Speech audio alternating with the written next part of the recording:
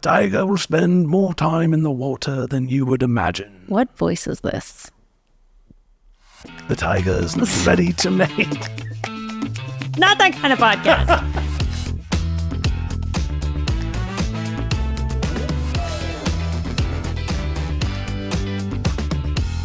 Welcome to another episode of Is This for Kids? I am Jonathan Beard of Blevins. I am Katie, MrsRuvi Rualcaba. This is This for Kids?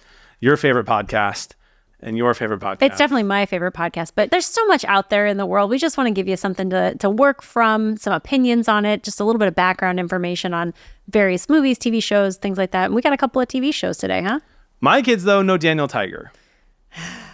Daniel Tiger. I have so many thoughts. So Daniel Tiger, as you stated, is a character in Mr. Rogers who says meow after everything, which he has like his own weird stuff that he says in Daniel Tiger. I don't think it's meow super often, but he says roar in the books. Possibly because somebody pointed out that Roar. the tiger wouldn't meow. Right. Yeah. Well, Daniel Tiger doesn't care about that because there's all kinds of things that the tigers do in the show that tigers wouldn't normally do. But here, I want to start. So Daniel Tiger is Daniel Tiger who has a mom and a dad and eventually a little sister. And that I don't think I knew that. That episode's kind of cool. Yeah, there's like he has like a little sibling and he gets to learn how to share and all this kind of stuff.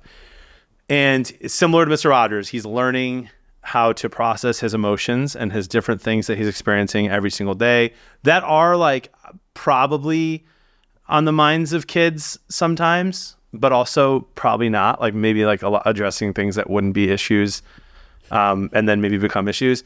My wife and I have been arguing about Daniel Tiger for, how old is my oldest? 8? For 8 years. Wow. Yeah, because I can't stay. Like at first I was like, hey, this is really cool. It's like a friendly show for kids. But here's a tiger who like doesn't eat any meat ever in any of the episodes. Neither do his parents. It's very weird. It's like they avoid it. They eat. I don't know. They have a taco night and there's just salad in the taco shell. Not even fish. Like it's just very weird. And I know I'm being very picky and it's like probably just, but it can't be an oversight because it's every single Not episode. even fish? Like tigers eat a lot of fish? Right. I didn't see, well, with cats. Oh, yeah. Okay. Eat fish, Yeah, right? Yeah. All right, I'm with you. I imagine, tigers like to swim. I learned this. Do they? Yeah. My knowledge of tigers is... A tiger will spend more time in the water than you would imagine. What voice is this?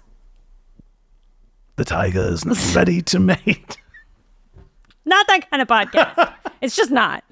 It's not. That's a really good impression of the guy who does all those documentaries. I love it when you say your impressions are really That was a good one. Yeah, it's great. He sees the lady from afar. It's so those are things he says. What's that guy's name? Guy you made up in your head. No, come on. you know what I'm talking about. It's Richard Attenborough. David Attenborough. Huh? It's David I don't know Attenborough. who that is. Oh, he's in every single important documentary worth watching. Oh, I don't watch important documentaries. So, I stick to unimportant Lacey Peterson based only. okay. Yeah. Well, so for 8 years, my wife and I'm like, Daniel Tiger is kind of a wuss. Like, he never stands up for himself. He's constantly just looking for guidance from everyone else and never takes any charge. I don't know. To me, it feels soft. It feels like a soft show.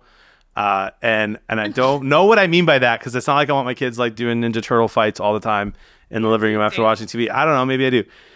But I just don't. And my wife was like, hey, this show, she loves it. Yeah. And my wife's awesome. She has a social work background. She's a stay-at-home full-time mom. So she's very passionate about parenthood and motherhood. And she loves the fact that Daniel Tiger was actually written a lot of and like come up with by child psychologists as a way of not only helping like kids understand how to work through their emotions, but to help parents understand how to work through their kids' emotions. Right? Nice. Which I agree with. I don't think I'm not the kind of parent that like you slap your kid up the head and be like, toughen up, kid. That's not what I want them to do in Daniel Tiger. But at the same time, like not everything has to be. But you wouldn't be mad if they did. Yeah, like once in a while, like not everything has to be a thing, you know. Everything's a thing with Daniel Tiger. Yeah. My complaint. Well, the very first episode of Daniel Tiger, I think there's a owl that's playing with Daniel and their friend, and he doesn't want to dance backwards, but they're dancing backwards. And if they want to play together, they have to find a way to compromise. So he dances or he sings forward and they dance backwards. But it feels a little silly, you know? Yeah. Learn to compromise, kid. Dance backwards. Yeah. Yeah, I'm with you on that. And then all the parenting tricks that or all the tricks that any of the characters use on Daniel to make him feel better, they would never work on real kids. Have you ever tried the Take a Deep Breath song? Yes. Okay. We do the 5 deep breaths. We've done the deep breath song. That does pretty well. Oh, really? It did for ours. Infuriate my kid. How does the song go? Do you remember? When you're feeling mad and you want to roar, take a deep breath and count to 4. Yeah, no, that would just make my kids mad. But taking deep breaths for sure. Yeah. We always do the smell the flower, blow in the hot chocolate, smell in the flower, blow in the hot chocolate. Yeah. Well, I like that. Yeah. The stop and go potty. If you have to go potty, stop and go right away. That's pretty good. I don't know that I've ever done that one. That's pretty good. But here's Daniel goes to school, right? It's first day of school and his dad's dropping him off. That's a very real thing, right? Like I've experienced that with my kids. I'm sure you have with yours.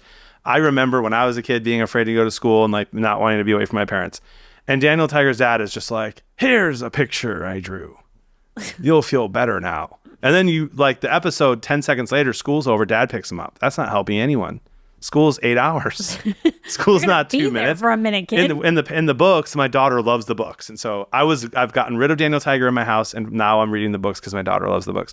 And Daniel Tiger's dad goes away, and I turn the page and he's back. Oh, wow. What a great way of handling your problem. So it's fine. Daniel Tiger is for kids. Mr. Rogers is for kids. But it's weird to me how much of a wuss Daniel Tiger is. Yeah. My objection to Daniel Tiger is less wussy based. I'm all right with wussy 5-year-olds. That seems kind of par for the course for me. But to me, the thing that bothers me is that Daniel Tiger is set up to be a constant consumption TV show that like one episode plays into the next, that it's bright colors, loud noises, lots of songs, very stimulating, causes the kid to want to watch it over and over and over. So Daniel, it's like, to me, if you need 2 hours of quiet time to finish work, you can turn on Daniel Tiger and the kid will zone out on it. But I think that is very much contrary to the legacy of Mr. Rogers. He would not have liked that. And so for that purpose, I don't love it. So at the age that I think it's appropriate to start watching Daniel Tiger or any episode or any TV shows that are constant consumption type TV shows, they'll no longer be interesting to the kids. So, but like content wise, I would say it's appropriate for anybody, wouldn't you? Yeah. I think it's appropriate for anyone. My one actual gripe, like everything I've said so far is all things I actually believe, but it's mostly I'm just annoyed. My one actual gripe about Daniel Tiger is